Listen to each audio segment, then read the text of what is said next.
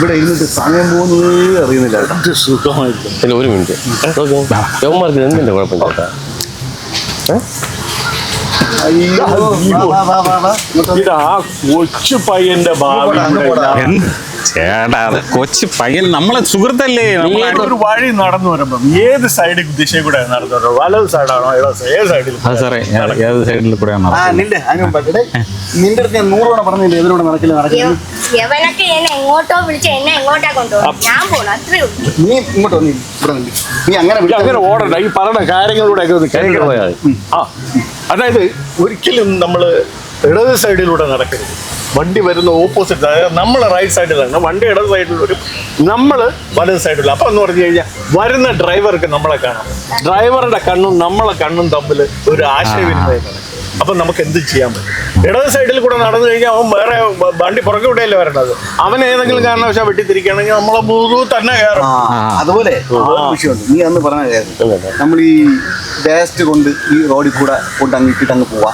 പിന്നെ നീ നേരത്തെ ഈ നടന്നപ്പോഴേ നടന്നു വന്നപ്പോ എന്തോ തുപ്പിയത് കണ്ട നിനക്കാണ് കൂടുതൽ. നിനക്ക് എന്തോന്നടാ അത്രയ്ക്ക് എത്ര പ്രാവശ്യം വേണ്ടടാ. നിന്നെ പോലെ എത്ര ആൾക്കാർ പോണേണ്. പക്ഷെ മക്കള് തുപ്പില്ല കേട്ടോ. അങ്ങനെ ഒരു സഹായം തുപ്പൽ ആരെങ്കിലും പുറത്താണ് തെറിക്കുന്ന കാറ്റുകൂടെ അടിച്ചെങ്കിൽ എന്തെങ്കിലും ഞങ്ങളുടെ അടുത്ത് സോറി പറഞ്ഞിട്ട് കാര്യമില്ല.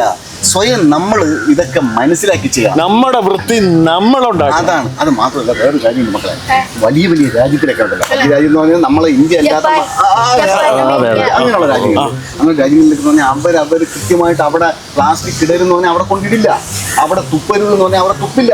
ഇതിനൊക്കെ ഭയങ്കര ശിക്ഷയാണ് അവിടെ. ഭയങ്കര ഫൈനുമാണ്. കണ്ട ഒരാള് ചെയ്യുന്ന ദോഷം ഇത്ര പേർക്കെന്നറിയാം അവർ അനുഭവിക്കേണ്ടി വരും. എപ്പോഴും ചിന്തിക്കണം. അതെ. അല്ല വേറൊരു കാര്യമുണ്ട് സാറേ.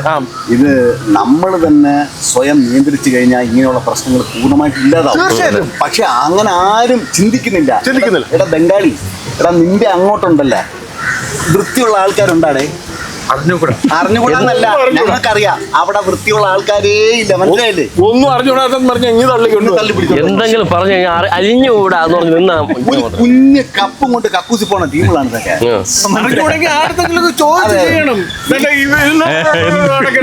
അല്ല അവന് ഭയങ്കര ചിരി. എന്താ അറിയാമോ? ചെയ്ത മൊത്തം അവനാണ്. അതുപോലെ തന്നെ ഇവിടെ തുപ്പരുത് കേട്ടോ. പറ്റിപ്പോയി.